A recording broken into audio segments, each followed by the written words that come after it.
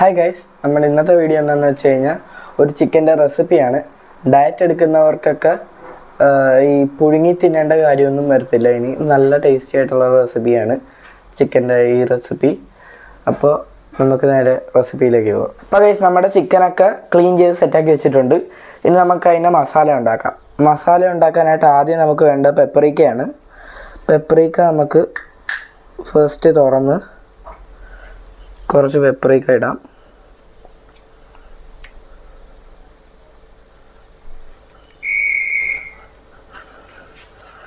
ഈ ഭാഗത്ത് കിട്ടുന്നില്ല, ഇപ്പുറത്തെ ഭാഗത്തോട്ട് ഇടാം ഗൈസ്.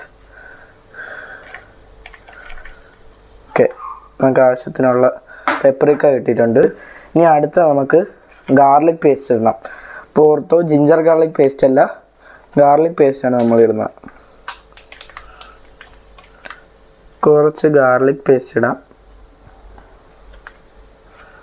ഇനി നെക്സ്റ്റ് നമുക്ക് കുരുമുളക് ഇടാം.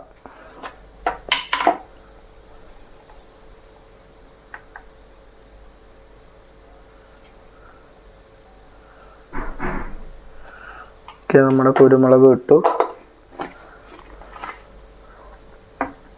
നെക്സ്റ്റ് നമ്മുടെ ലെമൺ, ഹാഫ് ലെമൺ ഒഴിക്കാം.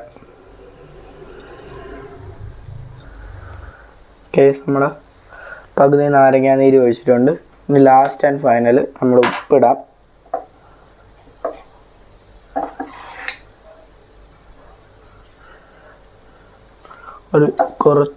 ഒരു പൊടിക്കൂടെ ഒരു ഉപ്പ്. ഓക്കെ, നമ്മുടെ ഉപ്പ് സെറ്റായിട്ടുണ്ട്. നമുക്ക് ചിക്കൻ ഇട്ടിട്ട് മിക്സ് ചെയ്യാം. അപ്പോൾ നമുക്ക് ഫസ്റ്റ് ചിക്കൻ ഇടാം. അല്ല, അതിന് മുന്നേ നമുക്കിതൊന്ന് ജസ്റ്റ് ഒന്ന് മിക്സ് ചെയ്ത് കൊടുക്കാം. ജസ്റ്റ് ഒന്ന് മിക്സ് ചെയ്തിട്ട് അതിനകത്തോട്ട് ചിക്കൻ ഇടാം.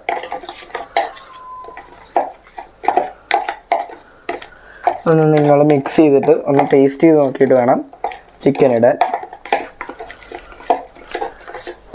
നമ്മൾ ചിക്കൻ ഇടുകയാണ്. അപ്പോൾ ഓരോന്നായിട്ട് ചിക്കൻ ഇട്ടിട്ട് മിക്സ് ചെയ്ത് കൊടുക്കുക. കൈ വെച്ച് തന്നെ മിക്സ് ചെയ്യുക. ഇതിപ്പോൾ നിങ്ങളുടെ ചിക്കന് പോരാതെ വരുവാണെങ്കിൽ കുറച്ചുകൂടെ കൂടുതൽ ഗാർലിക് പേസ്റ്റ്, ഇച്ചിരി പെപ്പറിക്കയും കൂടി ഇട്ട് കൊടുത്താൽ മതി. അതിനനുസരിച്ച് ഉപ്പും നോക്കണം.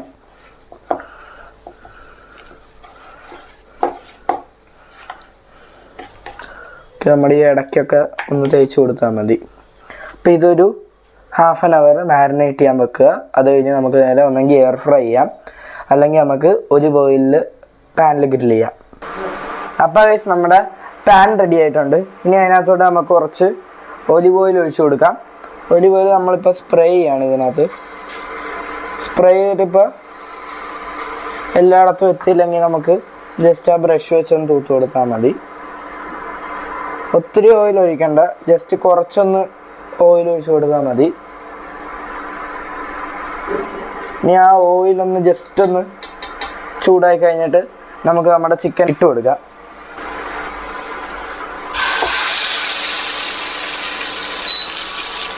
നെക്സ്റ്റ് ഒരു വലിയ പീസാണ്, അതും കൂടെ ഒന്ന് ഇട്ട് കൊടുക്കാം. അടുത്ത ലാസ്റ്റ് ആൻഡ് ഫൈനൽ പീസാണ്. ജസ്റ്റ് ഒന്ന് എടുത്ത്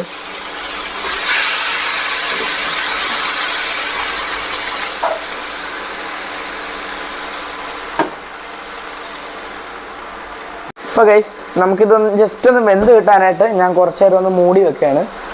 ഓക്കെ, അപ്പം മൂടി തുറന്നിട്ട് ഞാൻ അടുത്ത കാണിച്ചു തരാം.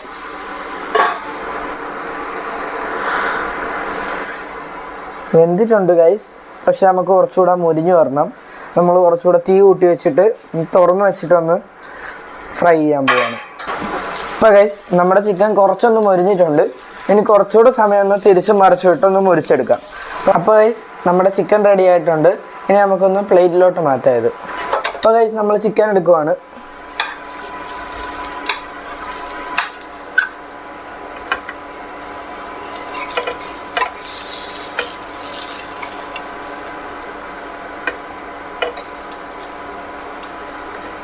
അപ്പോൾ ഗൈസ് നമ്മുടെ ചിക്കൻ റെഡി ആയിട്ടുണ്ട്. ഇത് വെയിറ്റ് ലോസ് ചെയ്യുന്നവർക്കും മസിൽ ബിൽഡിങ് ചെയ്യുന്നവർക്കും യൂസ്ഫുൾ ആയിട്ടൊരു റെസിപ്പിയാണ് ഈ ചിക്കൻ്റെ റെസിപ്പി.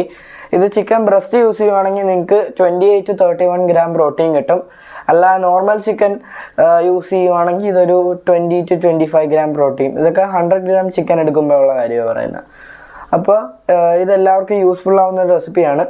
പിന്നെ ഇതിനകത്ത് 4 സ്പ്രേ ഒലിവ് ഓയിൽ മാത്രമേ യൂസ് ചെയ്തിട്ടുള്ളൂ, കൂടുതൽ ഓയിലൊന്നും യൂസ് ചെയ്തിട്ടില്ല. അപ്പോൾ നിങ്ങൾ ഒന്ന് ട്രൈ ചെയ്ത് നോക്കുക. ട്രൈ ചെയ്ത് ഇഷ്ടപ്പെട്ടെങ്കിൽ എൻ്റെ ചാനലൊന്ന് സബ്സ്ക്രൈബ് ചെയ്തേക്കുക.